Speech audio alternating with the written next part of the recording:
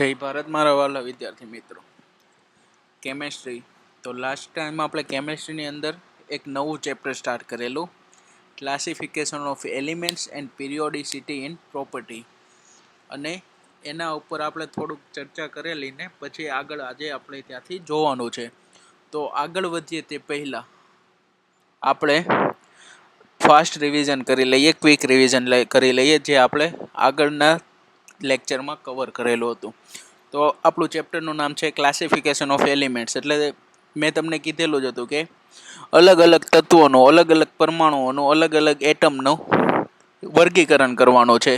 તો કોને આ વર્ગીકરણ અને કઈ રીતના કરવાનું છે કે એની પીરિયોડિક મીન્સ કે એની પ્રોપર્ટી કેવું હોય કે કોઈ પીરિયડમાં રિપીટ થતી હોય એ ટાઈપનું. હવે એના માટે આપણે સૌથી પહેલાં લાસ્ટમાં જોયેલું આ છે આપણું અષ્ટકનો નિયમ હતો એક, પછી બીજું ત્રિપુટીનો નિયમ હતો જે આપણે લાસ્ટ ટાઈમમાં ભણેલું. પેલું છે લો ઓફ ટ્રાયડ, મીન્સ એને કહેવાય ત્રિપુટીનો નિયમ. તો એના નિયમ પ્રમાણે શું હતું કે એ નિયમ પ્રમાણે એવું હતું કે આપણે તત્વોને, પરમાણુઓને અથવા એનું વર્ગીકરણ ત્રણ ટુકડીમાં પાડતા હતા, મીન્સ કે ત્રણ તત્વોમાં પાડતા હતા, અને એને કેવી રીતના એના એટોમિક માસના ઇન્ક્રીઝિંગ ઓર્ડરમાં ગોઠવેલા હતા. પછી આવ્યો ન્યુલેન્ડનો અષ્ટકનો નિયમ. તો ન્યુલેન્ડે શું કીધું, તો એને સેમ વસ્તુ કીધી પણ ત્રણની જગ્યાએ કેટલા સાતના ગ્રુપમાં મૂકવાનું. અને બીજું એને એવું કીધું કે પહેલા ગ્રુપનું, જે ગ્રુપનું પહેલું તત્વ હોય, અને બીજું એની નીચે જે 8મું તત્વ આવે એની પ્રોપર્ટી સેમ જેવી હોવી જોઈએ, પહેલાની અને 8માની. એ છે ન્યુલેન્ડનો અષ્ટકનો નિયમ, અને એ પણ શેને આધારે હતો, એટોમિક વેઇટના આધારે હતું. પહેલો એટોમિક માસ, આ એટોમિક વેઇટ, અને આ ન્યુલેન્ડનો હતો અષ્ટકનો નિયમ. પણ ન્યુલેન્ડના અષ્ટકના નિયમની એક મર્યાદા હતી. શું હતું કે એ બધા માટે સેટિસ્ફાઈ થઈ શકતો નહોતો. અમુક વસ્તુ એવી આવી કે જેના માટે ન્યુલેન્ડનો અષ્ટકનો નિયમ ન ચાલ્યો. મીન્સ કે કેલ્શિયમ નામના તત્વ સુધી એ સારી રીતના ચાલતું હતું, પણ એના પછીનું એ ચાલતું ન હતું. તો ડોબેરિયનના ત્રિપુટીનો નિયમ આપણે જોઈ લીધો.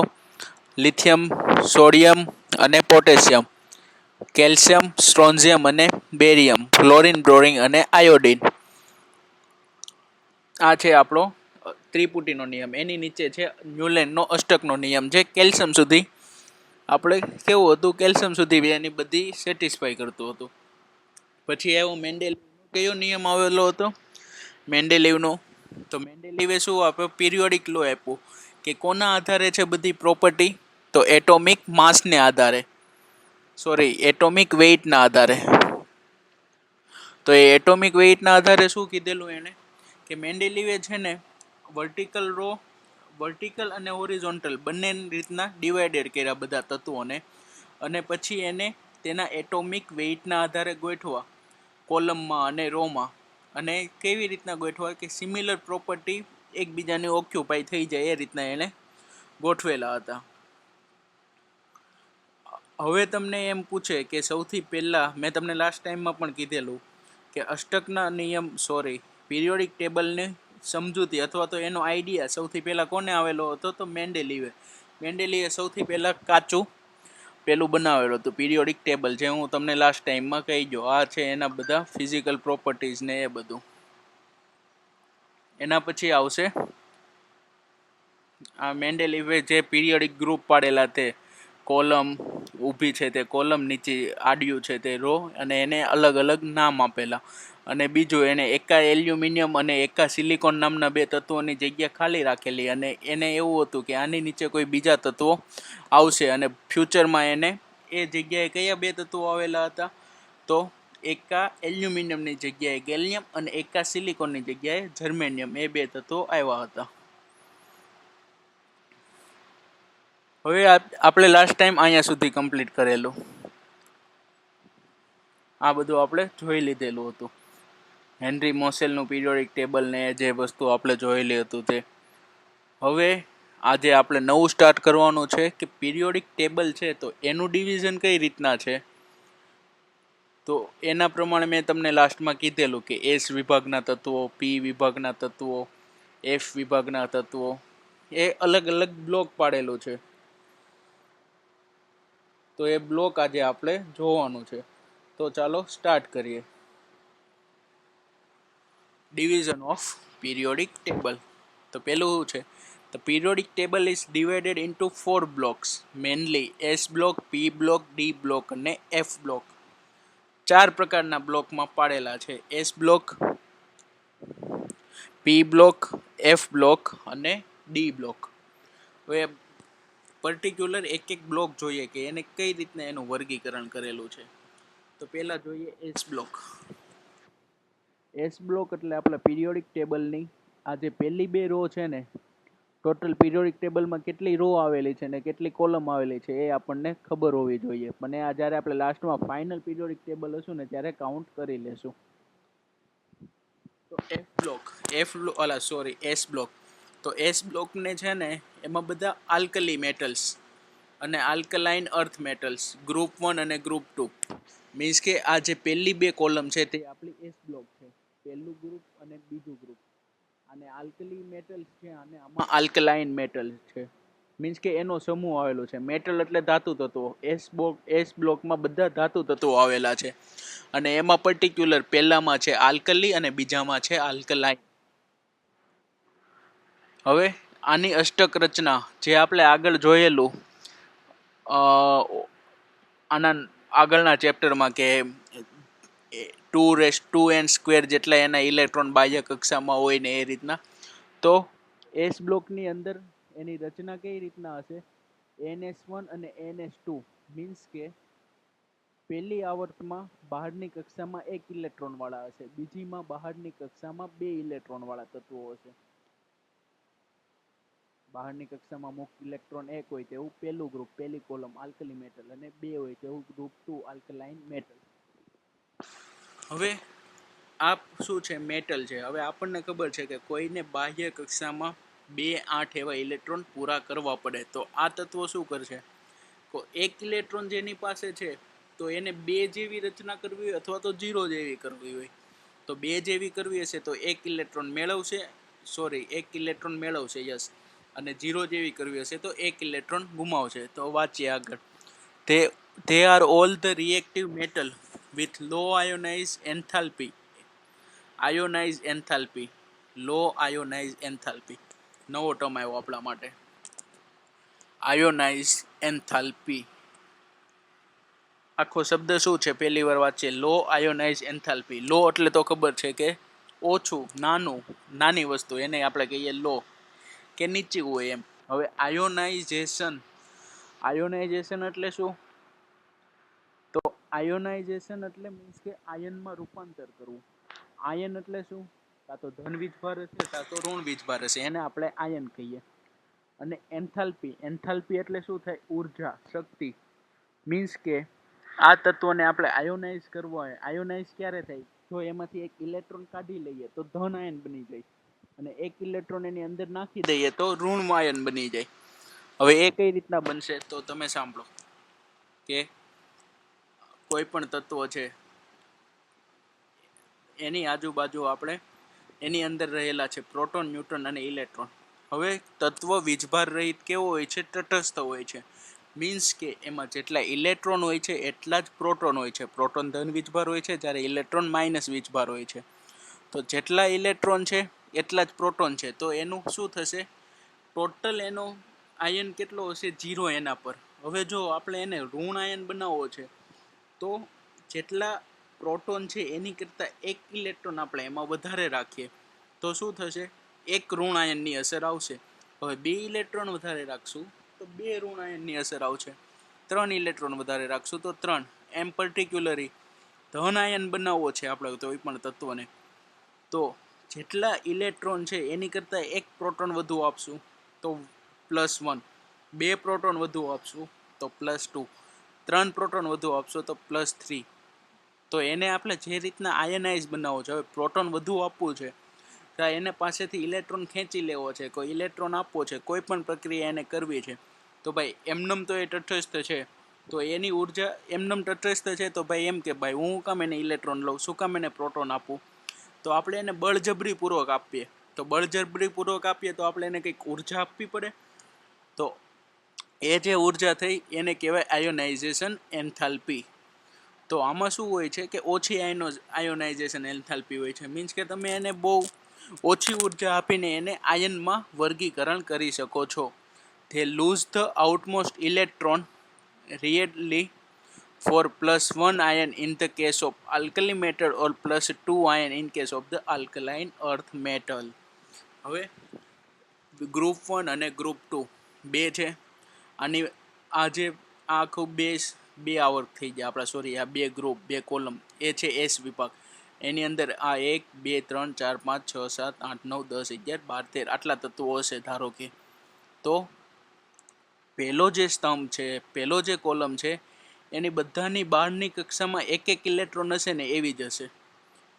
પરમાણુના કદ અલગ અલગ હોઈ શકે, કારણ કે અહીંયા હાઇડ્રોજન હોય તો અહીંયા બીજો કોઈક તત્વ આવે. પરમાણુના કદ અલગ અલગ હોઈ શકે, પણ બધાની બાહ્ય કક્ષામાં એક ઇલેક્ટ્રોન એ બધા આવશે. ને અહીંયા બધાની બાહ્ય કક્ષામાં 2 ઇલેક્ટ્રોન. એ થઈ ગયો આપણું એસ વિભાગનું.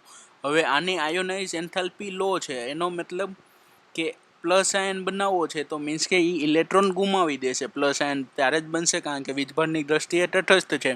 ધારો કે બંનેમાં 2 પ્રોટોન અને 2 ઇલેક્ટ્રોન છે તો ટોટલ એની ઉપર વીજભાર 0. પરંતુ જો 2 પ્રોટોન છે અને 1 ઇલેક્ટ્રોન છે તો એનો ટોટલ વીજભાર થશે 1. તો આને આપણે પ્લસ આયન બનાવવો હશે તો શું કરશે? 1 ઇલેક્ટ્રોન ગુમાવવો પડશે, 1 ઇલેક્ટ્રોન એમાંથી રિમૂવ કરવો પડશે, 1 ઇલેક્ટ્રોન એમાંથી કાઢી નાખવો પડશે. તો આ 1 ઇલેક્ટ્રોન કાઢશે તો પ્લસ આયન 1 +1 બનશે. તો આની આયોનાઇઝ એન્થાલ્પી શું છે? લો છે. મીન્સ કે આપણે આને 0માંથી +1 વીજભારવાળો બનાવવો હોય પહેલા સ્તંભને તો ઓછી ઉર્જા આપવી પડે. અને પહેલા સ્તંભ કેમ એક જ ઇલેક્ટ્રોન ગુમાવશે? કારણ કે એની બહારની કક્ષામાં જ એક ઇલેક્ટ્રોન છે. કારણ કે એની આપણે જોયું આલ્કલી તત્વ NS1 પ્રકારની એની ઇલેક્ટ્રોન રચના છે. ને આની બહારની કક્ષામાં કેટલા? 2 ઇલેક્ટ્રોન છે. એટલે તે 1 ઇલેક્ટ્રોન પણ ગુમાવી શકે અને 2 ગુમાવી શકે. પણ પહેલી વાળા તો એક જ ગુમાવી શકે, કારણ કે એની પાસે બીજો ઇલેક્ટ્રોન જ નથી બહારની કક્ષામાં, તો એ ક્યાંથી રિમૂવ કરવાના છે? એટલે આયોનાઇઝ એન્થાલ્પી ખબર પડી ગઈ શું છે અને કઈ રીતના ઇલેક્ટ્રોન ગુમાવીને ધન વીજભારિત બને છે તે. The metallic character and reactivity increase. Yes. હવે જે તત્વો ઇલેક્ટ્રોન ગુમાવતા હોય ને એ ધન વીજભારિત બને. અને ધન વીજભાર કોણ બનવાનો ઋણ ધર્મ ધરાવે છે? તો એ મેટલ તત્વ છે.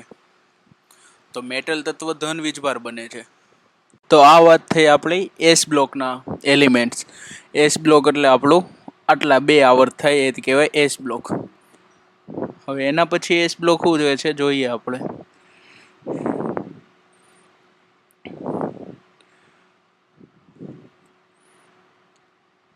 The metallic character and the reactivity increase as we go down the group because the high reactivity they are never found in the pure nature. હવે આમાં એવું વસ્તુ કહે છે આપણને કે જેમ આપણે ગ્રુપમાં ઉપરથી નીચે તરફ જઈશું, મીન્સ કે જેમ આપણે આ તત્વથી આ તત્વ તરફ જઈશું તેમ એની એક્ટિવિટી એટલે રિએક્ટિવિટી મીન્સ કે સક્રિયતાનો ક્રમ કેવો થશે? વધતો જશે. હવે સક્રિયતા એક્ટિવિટી એટલે શું? એને શું કહેવાય કે સક્રિયતા એટલે એવી વસ્તુ કે કોઈ પણ કામ અથવા તો કોઈ પણ વસ્તુ અથવા તો કોઈ પણ એની એન્થાલ્પી મીન્સ કે ઉર્જા, ઇલેક્ટ્રોન ગુમાવવો છે, મેળવવો છે, અથવા કોઈ બીજા તત્વ સાથે ઝડપથી પ્રક્રિયા આપી દે એને કહેવાય એક્ટિવિટી વધારે છે.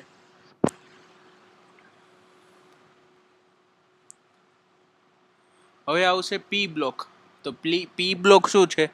The P block element comprise those belongs to the group number 13 to 18 and these together with the S block element are called the representative element or main group element. Means કે 13 થી 18. તો ધારો કે આપણું આવર કોષ્ટક છે 1 2 3 4 5 6 7 8 9 10 11 12 ને 13. મીન્સ કે આપણું આવર કોષ્ટક નથી, અહીંયા આવ્યું આ ઓરિજિનલ આપણું આવર કોષ્ટક. તો જે આ ગ્રીન કલર છે તે છે એસ બ્લોકના તત્વો અને આ ડાર્ક ગ્રીન છે તે છે આપણા પી બ્લોકના તત્વો. ત્યાંથી ત્યાં સુધી છે 13 થી લઈને લાસ્ટ સુધી 18 સુધી. તો આ થઈ ગયા આપણા પી બ્લોકના તત્વો. હવે એમાં કઈ કઈ વસ્તુ હોય છે? The outermost electron configuration varies from NS2 NP1 to NS2 NP6. Means કે ટોટલ 6 સમૂહ આવ્યા આમાં, 13 14 15 16 17 ને 18, 6 ગ્રુપ છે, એટલે NP1 ટુ લઈને NP6 સુધી. હવે NS2 શું છે કે મીન્સ કે જે તત્વો એસ બ્લોકના તત્વો છે, નાના તત્વો છે, એની આવર્ત રચના કેમ હોય છે કે ધારો કે હાઇડ્રોજન છે તો એક એની અંદર એક પ્રોટોન ને એક ઇલેક્ટ્રોન, તો એને બીજા ટોટલ એક જ ઇલેક્ટ્રોન છે. પછી આવશે હિલિયમ તો 2, અને એમ જે છેલ્લી કક્ષાના ઇલેક્ટ્રોન હોય તે એસ એની કક્ષામાં ભરાય. પણ આ પી બ્લોકમાં શું હોય? પીમાં ભરાય. એટલે 1 ટુ લઈને 6 સુધી છે NP6 configuration. At the end of the period, this is the noble gas element with the closed valence shell with NH2 NP6. હવે આપણે જોવાનું છે ટોટલ 12ની કક્ષામાં કાં તો 2 ઇલેક્ટ્રોન હોય કાં તો 8 ઇલેક્ટ્રોન હોય. હવે NH2 આ છે 12ની સેલના ઇલેક્ટ્રોન, એટલે ટોટલ કેટલા છે? એસ બ્લોકમાં 2 અને પી કક્ષામાં 1, એટલે ટોટલ 12ની કક્ષામાં 3 ઇલેક્ટ્રોનથી ચાલુ થઈને છેલ્લે 12ની કક્ષામાં 8 ઇલેક્ટ્રોન સુધી આવે છે પી બ્લોકમાં. તો હવે 8 જેની 12ની કક્ષામાં 8 ઇલેક્ટ્રોન છે એનો અષ્ટકનો નિયમ તો પૂરો થઈ ગયો કે એ નિષ્ક્રિય તત્વ થઈ ગયા. મીન્સ કે એને કોઈ ઇલેક્ટ્રોનની જરૂર પડતી નથી અષ્ટક રચના પૂરું કરવા, અથવા તો કોઈ ઇલેક્ટ્રોન ગુમાવવાની જરૂર પડતી નથી. મીન્સ કે એઝ ઇટ ઇઝ જે છે તેની અષ્ટક રચના પૂરી છે, ઓક્ટેનનો નિયમ એનો પૂરો છે. મીન્સ કે એને કોઈ પણ પ્રકારની પ્રક્રિયામાં ભાગ લેવાની જરૂર પડતી નથી. અને એ જે NH2 અને NP6 હોય ને ત્યારે તેની એનર્જી એકદમ મિનિમમ હોય, એકદમ સ્થાયી તત્વ કહેવાય, એને નોબલ ગેસ તરીકે કહેવાય. જે આર્ગોન, નિયોન, ટ્રિપ્ટોન ને એ બધા ગેસ આવે છે તે.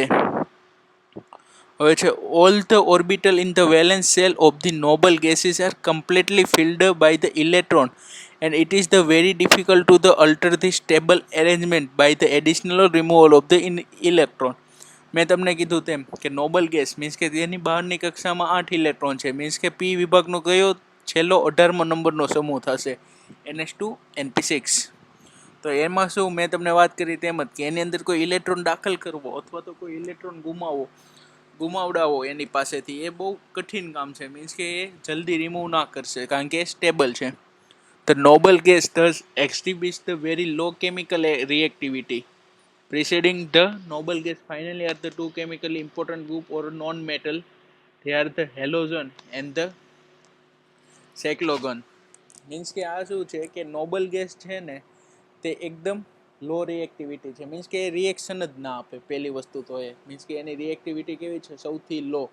હવે તમને MCQમાં પૂછે કે આખા આવર્ત કોષ્ટકમાં સૌથી નિષ્ક્રિય હોય તો કયો સમૂહ?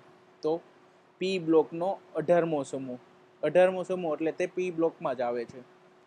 એન્ડ ધીસ ટુ ગ્રુપ, અને બીજું છે એક એની આગળના તત્વો કે આવર્ત કોષ્ટકના ગ્રુપ નંબર 16 અને ગ્રુપ નંબર 17. ગ્રુપ નંબર 17ને હેલોજન કહેવાય અને ગ્રુપ નંબર 16ને સાયક્લોજન કહેવાય, કેલેજોન સોરી. તો આ બે તત્વો છે ને જે 16 નંબર અને 17 નંબર એની રિએક્ટિવિટી સૌથી વધારે હશે.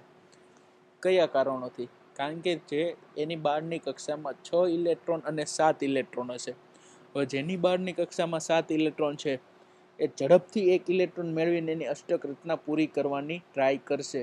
દાખલા તરીકે ક્લોરીનનો પરમાણુ ક્રમાંક 17 છે, એની બહારની કક્ષામાં 7 ઇલેક્ટ્રોન છે, તો એ એક ઇલેક્ટ્રોન ગમે એની પાસેથી ઝડપી મેળવી લેવાની વૃત્તિ ધરાવીને 8 અષ્ટક રચના પૂરી કરીને સ્થાયી થવાનો પ્રયત્ન કરશે. તે થયો આપણો હેલોજન. એટલે મીન્સ કે એની રિએક્ટિવિટી બહુ વધારે છે અને તે બધા કેવા છે? નોન મેટલ છે. પી બ્લોકમાં ઓલમોસ્ટ બધા નોન મેટલ તત્વો છે. પછી આવશે ડી બ્લોક. તો D block which are the d orbital and completely filled are called the d block element. અને એની ઇલેક્ટ્રોન કન્ફિગરેશન શું થશે? n-1 d 1 to 10 ns 1 to 10. Means કે ડી તત્વો કયા આવશે? આપણા આ છે ઓરેન્જ કલરનો પોર્શન છે તે છે આપણા ડી બ્લોકના તત્વો. હવે ડી બ્લોકની પ્રોપર્ટી શું હોય કે એ તો કેટાલેક પ્રોપર્ટી ધરાવે, મીન્સ કે ક્રિસ્ટલ ટાઈપના હોય.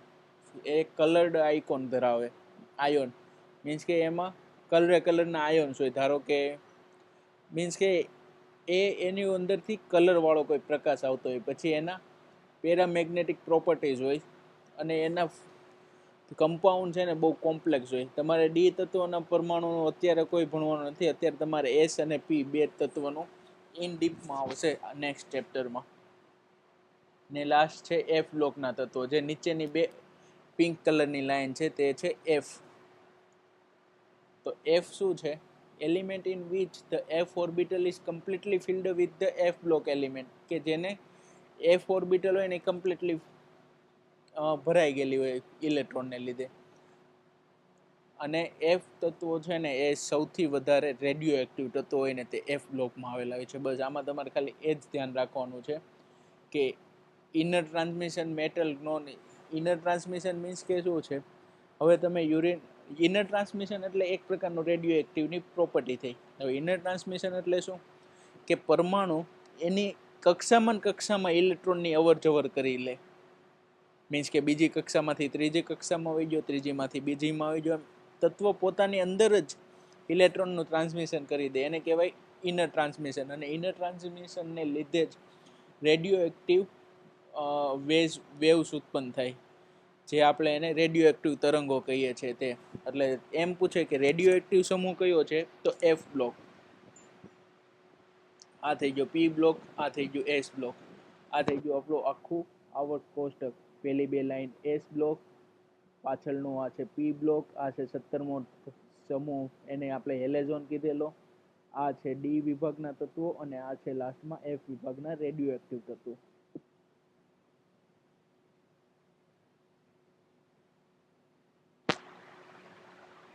હવે નેક્સ્ટ લેક્ચરથી આપણે જોશું કે એટોમિક રેડિયસ શું છે, આયોનિક રેડિયસ શું છે, આયનાઇઝેશન એન્થાલ્પી શું છે, ઇલેક્ટ્રોન ગેઇન એન્થાલ્પી શું છે, ઇલેક્ટ્રોનેગેટિવિટી, ઓક્સિડેશન સ્ટેટ અને કેમિકલ રિએક્ટિવિટી. આ બધી ડેફિનેશનો અને એનો થોડુંક ડિટેલ્સમાં આપણે નેક્સ્ટ લેક્ચરમાં જોશું. તો આજે આપણે જોયું છે કેટલું કે આગળનું બધું રિવિઝન મારેલું છે, અને એસ, એફ, ડી અને લાસ્ટનું કયું રહી ગયું? પી. એ એટલા આપણે આવર્ત કોષ્ટકમાં આટલી વસ્તુ કે એની અંદર કેવા પ્રકારના તત્વો છે, એની પ્રોપર્ટીઝ માઇનોર શું છે, એટલો આપણે ખાલી આજે બેઝિક કોન્સેપ્ટ લીધેલો છે. તો આજે અહીંયા સુધી રાખીએ. ફરીથી આપણે જોશું નેક્સ્ટ લેક્ચરમાં. ત્યાં સુધી જય ભારત.